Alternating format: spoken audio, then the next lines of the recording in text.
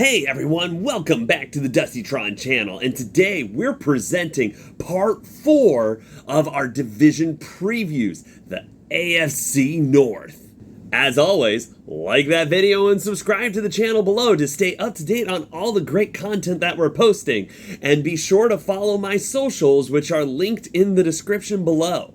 Alright, starting out at number 4, I don't think this is a surprise to anyone. This franchise is a dumpster fire right now. It's the Cleveland Browns.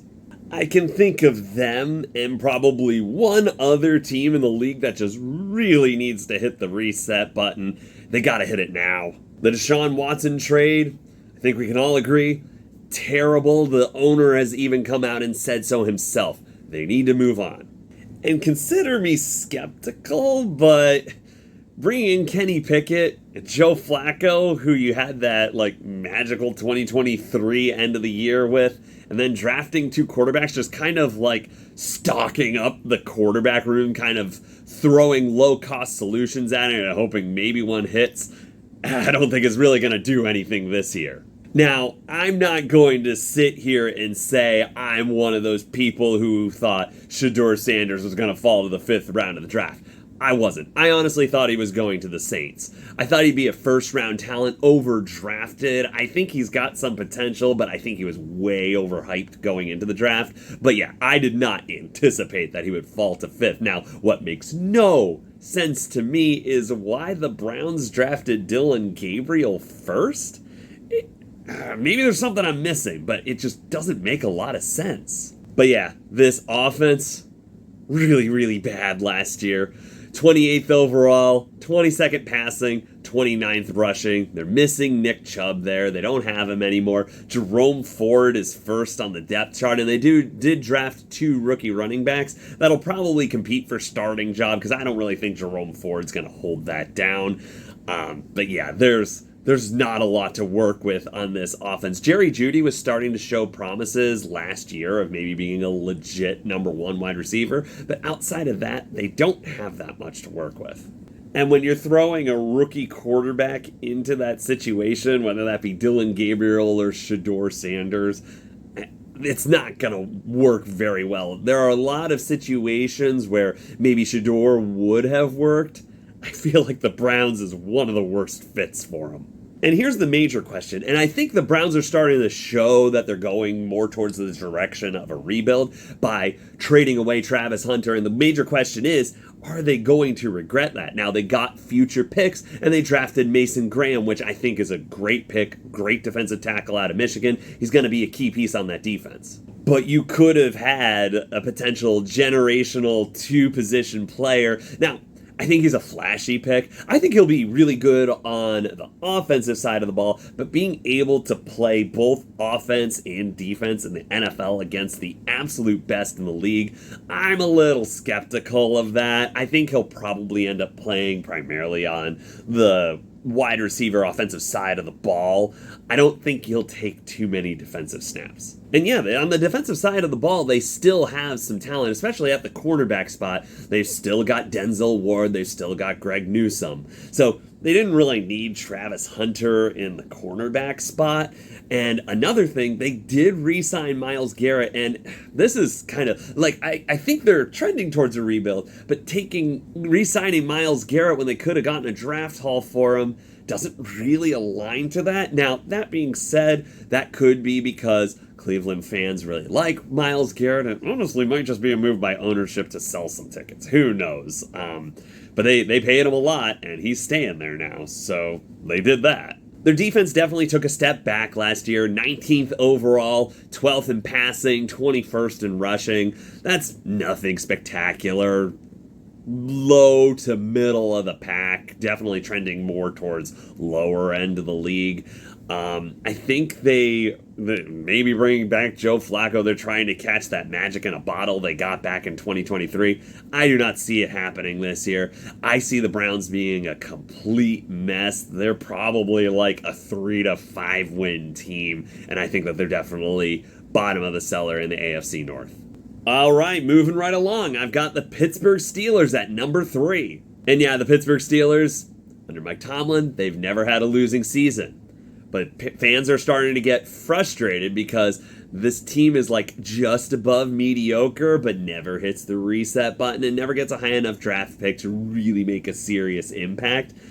I think we're going to see more of the same this year. They subbed in Russell Wilson for Aaron Rodgers, who, I mean, he's a Hall of Famer for sure, but I think he's at the end of his career, and he's just not really putting up the numbers that he's used to. Now, I am a believer that the Jets' offensive line was terrible, and it's really hard for any quarterback to succeed in that. But I saw it during the end of his days in Green Bay, where he just wasn't the same Aaron Rodgers, and I think that's going to translate over to the Steelers here as well. He's going to do well enough, probably above the top half of the quarterbacks in the league, but that's kind of that middle area, that mediocre area where the Steelers love to live in. They've got DK Metcalf. Maybe you'll see a big flashy play here and there. You saw Russell Wilson do it with George Pickens last year. Speaking of George Pickens, he's gone. Tomlin's really big on his character and his players, and that definitely wasn't a good match for Tomlin's system, so he shipped him out.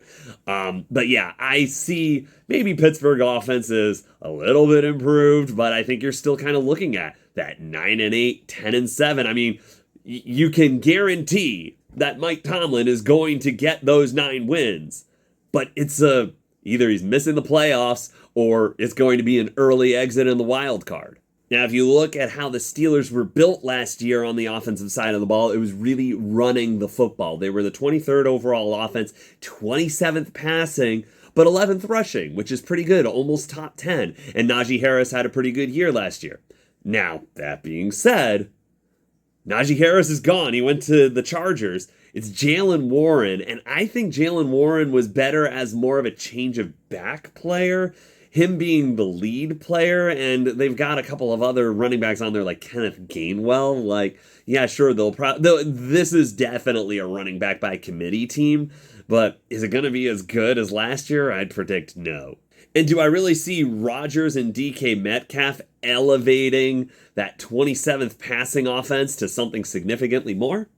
No, maybe they'll get to like 20th or something like that, and that could get them a couple of wins or whatnot, but I'm not seeing a major offensive explosion from this team by any means. And on the defensive side of the ball, it's Pittsburgh. They're always solid. It's a Mike Tomlin defense. That being said, they were 12th overall last year with the 6th ranked rushing defense, but 25th passing defense. And in a pass-happy league, you don't really want your defense to be 25th. So did they really do anything to improve their pass defense? Looking through their offseason additions, I didn't really see any names that led to me thinking that they're going to be significantly better on the passing defense side of the ball. But yeah, that defense, they'll have a bend, don't break mentality. You're going to have those Pittsburgh Steelers games that are like 12-9 or something like that. They'll win some close ones. It won't be exciting. They'll get those 9-10 wins, and it'll just repeat itself over again. And I'm not bought in on Aaron Rodgers as the Pittsburgh Steelers quarterback. And I kind of get the feeling that the Steelers really aren't bought in on him either. I mean, is he serving as a bridge quarterback? No, they don't really have anyone in the waiting, maybe except Will Howard, who someone like a Will Howard might work in Pittsburgh's system where the quarterback just doesn't really have to do that much. But overall, I see the offense improving a little bit. Defense kind of staying the same. They're going to kind of stay where they are, but there's more talent in this division this year. And other teams, as I'm going to get to, are going to get their act together this year. The Steelers are number 3. All right, at number 2, we've got probably from last year, one of the strangest anomalies of a team that I've ever seen in all my time watching the NFL, the Cincinnati Bengals. I just cannot wrap my mind around how you have the league's top passer, the league's top receiver, and the league's sack leader, and you were 4-8 at one point, and you had a huge push at the end of the season to try to get into the playoffs. So that 9-8 record that they finished with looks a lot better than the product they were really putting out. Because you look at that and you see, okay, passing leader, receiving leader, they've got a really good offense, but if they have a terrible defense, then yeah, games kind of fall that way in the NFL. You don't have a good defense, you lose 45-42 or something like that. but you had the sack leader as well. And granted, their defense was atrocious. But still, I don't think you have the sack leader if your defense is really that bad. So to me, this is coming down to Zach Taylor not being a good coach at all. And if the Bengals somehow can't get it together this year, he's got to go. You cannot have this much talent on the offensive side of the ball and continue to be mediocre and not live up to expectations. I mean, it's becoming a trend. The Bengals in September are awful. They always go 1-3 or something like that. And their season, they're trying to play catch up all year. And I think nothing is more exemplary than last year, their first game, losing to the Patriots, who were supposed to be awful. And they were awful. And they somehow found a way to lose. And some things on the offense might not be perfect because you look at this, it's just so infuriating. They had the 9th overall offense, but when you look at their numbers, they had the 1st overall passing offense, but the 30th overall rushing offense. Now, part of that could be the passing game taking away opportunities from the run game, but you were trotting out Zach Moss and Chase Brown. And Chase Brown, he's doing better. I think he's got potential, but is he a workhorse back? I don't think so. He's got some explosive playmaking ability, but I don't think he's going to be a running back who takes you to the next level. But my gosh, Joe Burrow does not deserve this. Joe Burrow is putting so much effort into this. He is leading this offense. He and Jamar Chase and T. Higgins, they are making this work as much as they can, making spectacular plays, and then their defense lets them down. All this other stuff just goes wrong. I just feel bad for the guy. This team needs to be a perennial playoff team and always kind of pushing out the Super Bowl, because they were for a little bit. They got to those 2 straight AFC Championship games. But you see it, it's just something's not right. There's too much talent for this team not to be dominant. And yeah, you might be able to point at the complete circus of an organization that they are, how bad Mike Brown is as an owner. I mean, I understand the organization is going to try to get favorable contracts, but they tend to focus on such minute details, and what they're doing with Shamar Stewart's contract right now is absurd. It's the stuff they're arguing about. Maybe I'm missing something, but it really doesn't seem to be super important to me. And with that, you're just creating a bad culture. And the Bengals, you do feel like there's just external components outside of their team that's just leading to their inability to live up to their potential. So the organization has got to get itself together. Zach Taylor's got to get himself together, and you just got to let these guys play, and you got to support them, because you have you're like the only team that can beat the Chiefs. Every other team cannot find a way to beat the Chiefs in the playoffs, but the Bengals can, and you just aren't doing enough to prevent the Chiefs from keep getting to the Super Bowl. We can't keep having the Chiefs get to the Super Bowl. You can't keep getting away with it. All right, yeah. The Bengals are my top 5 favorite teams. I really like them. I like Joe Burrow. I like Jamar Chase. I'm a little passionate about this. But yeah, with all that out of the way, I do think the Bengals live up to some of their potential this year. I think they're definitely better than the Steelers and the Browns. They're not going to top who I have at first, but yeah, Bengals are a 2. All right, and at number 1, top of the division, we have the Baltimore Ravens, and I feel like I'm going to be a broken record here. They're the Buffalo Bills. They played great in the regular season. They put up all sorts of numbers. They were the 1st overall offense with the 1st rushing offense, but then they don't perform in the playoffs. Seriously, Lamar's first MVP season, when they lost to the Titans in the divisional, what was that?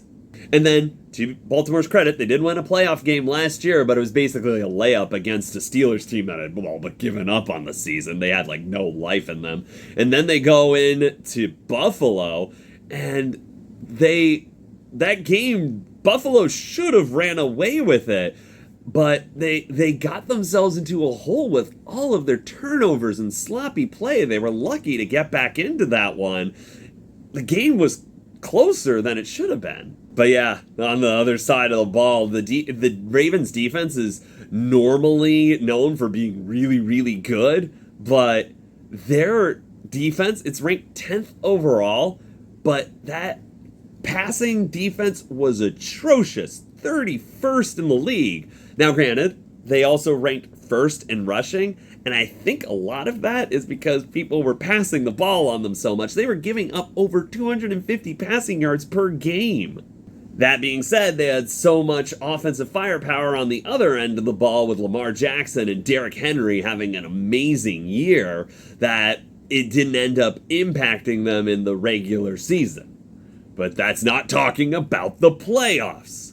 And when I look at this team's offseason and the additions they had, there's nothing super impactful. Now, recently they did just sign Jair Alexander to a 1-year deal, so I think that'll help their secondary a bit. No, they won't be bottom of the barrel. They'll be better. And I also love the draft pick of Malachi Starks. I feel like he's a very Raven-esque player, and him playing outside of beside Kyle Hamilton, I think that's probably a pretty good safety duo.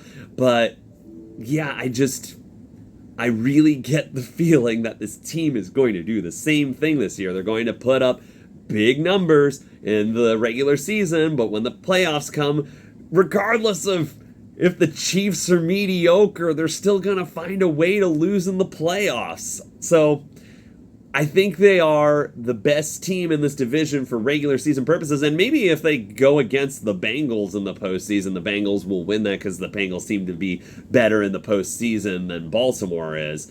But yeah, during the course of the regular season, I think they're going to be able to hold on to that division title, and I think that they're going to be number one. All right, there you have it. That's the AFC North. To recap, I've got the Browns at 4, the Steelers at 3, the Bengals at 2, and the Ravens at 1. All right, as always, thanks for tuning in. I really appreciate it. Stay tuned for next time. It's going to be really fun. Part 5, we're going to go over the NFC North, and I'm finally going to get to talk about my Carolina Panthers. So if you like the video, like it. Subscribe to the channel to stay tuned to all of our content that we're dropping, and subscribe to the socials where the links will be at the end of this video. Thanks for tuning in. I'll see you next time on the Dustytron channel.